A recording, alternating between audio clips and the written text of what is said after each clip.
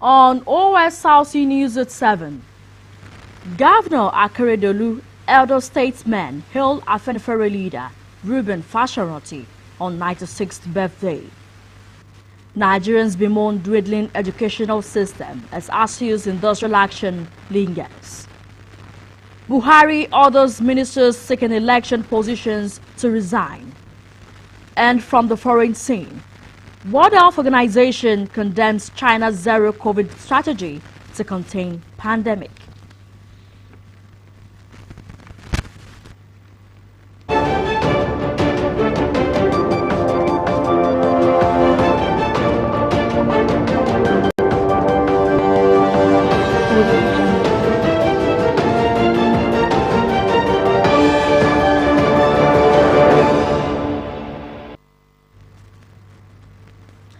Good evening and thank you for joining us on the news tonight. My name is Timileyin Falade.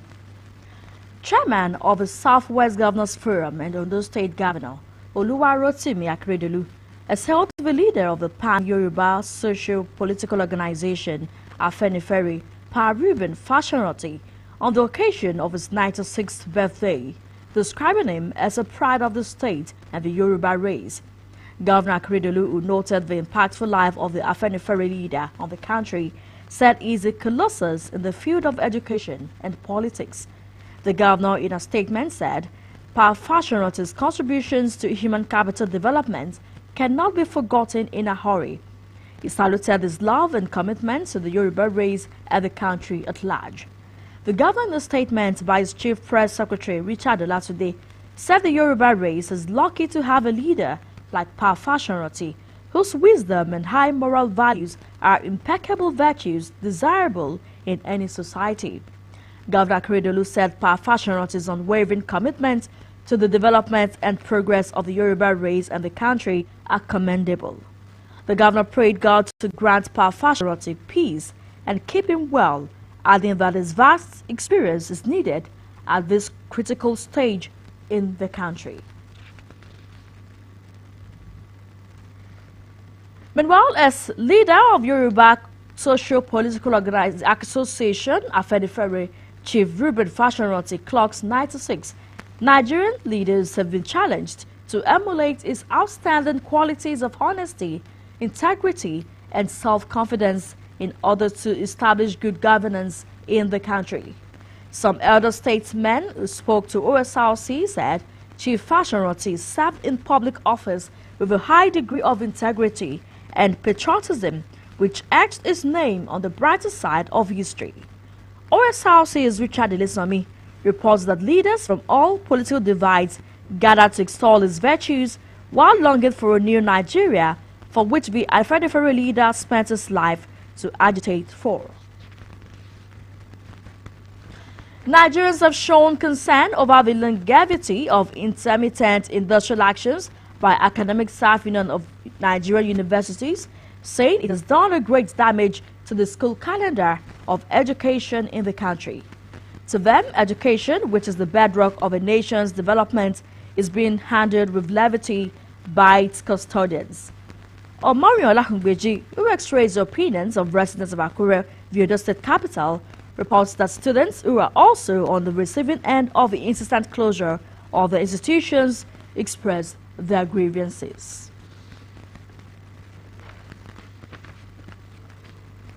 I have my own goals, I have my own visions, my projections I'm having for myself. I was thinking, by 2021, I should graduate.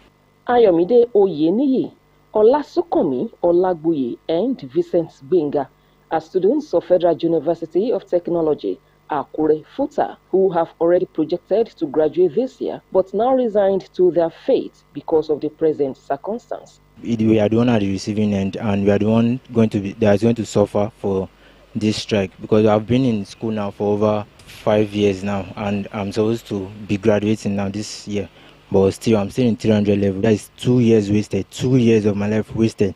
there's no time, like no time. I don't know the time frame for me now to graduate. It might exceed this year, might extend to next year. The story is the same with others, including those who have gained admission into the university over the last 2 years but stuck at home due to the lingering action of Academic Staff Union of Universities. I've been taking courses online, web development, and some few digital skills so I can use to just develop myself. An educationist, Mrs. Shade Ogunshuyi, likened the situation to a deliberate action programmed to collapse Nigeria's education standard.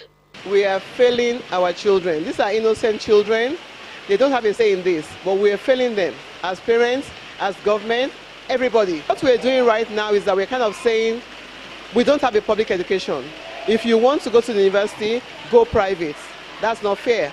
Professor Williams Adiromu had served in the capacity of Vice Chancellor in 3 different universities in Nigeria, and Professor Josiah Babatola of Civil Engineering Department, FUTA, said the action has disrupted the academic calendar of virtually all government universities in the country, thereby making it difficult for lecturers and students to plan their lives. If a student is supposed to spend 4 years in the university, and in the 6th year he or she is still struggling to complete his or her university education, that's a disaster.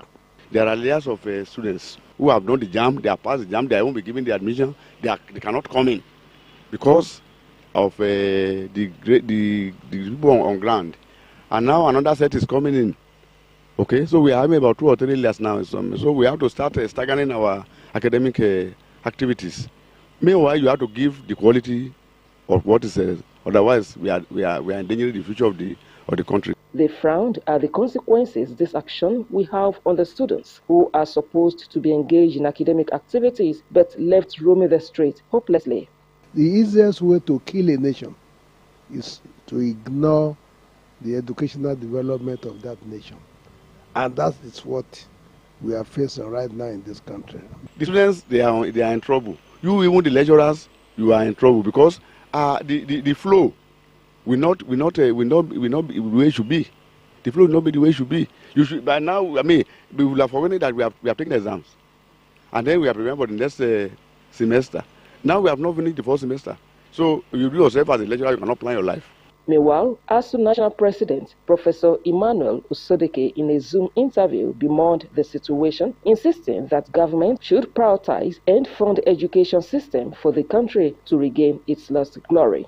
In the meantime, the Trade Union Congress of Nigeria has vowed to join the ongoing strike by ASU if the federal government failed to address issues raised by the union and put an end to their action. Omoriola Hunwiji, Osrc News. Still on education-related matters, President of the Senate, Ahmad Lawan, has assured that the upper chamber will wade into the ongoing industrial action of Academic Staff Union of Universities. Speaking with officials of the National Association of Nigerian Students, NANS, Lawan faulted the 2009 agreement between the federal government and ASU. He said the agreement should not have been signed by both sides, as there is no way government will provide the kind of resources agreed to in the document. Senator Lawan appealed to the students to avoid confrontation and not disrupt political activities. Meanwhile, the face-off between the Academic Staff Union of Universities, ASU, and the federal government has assumed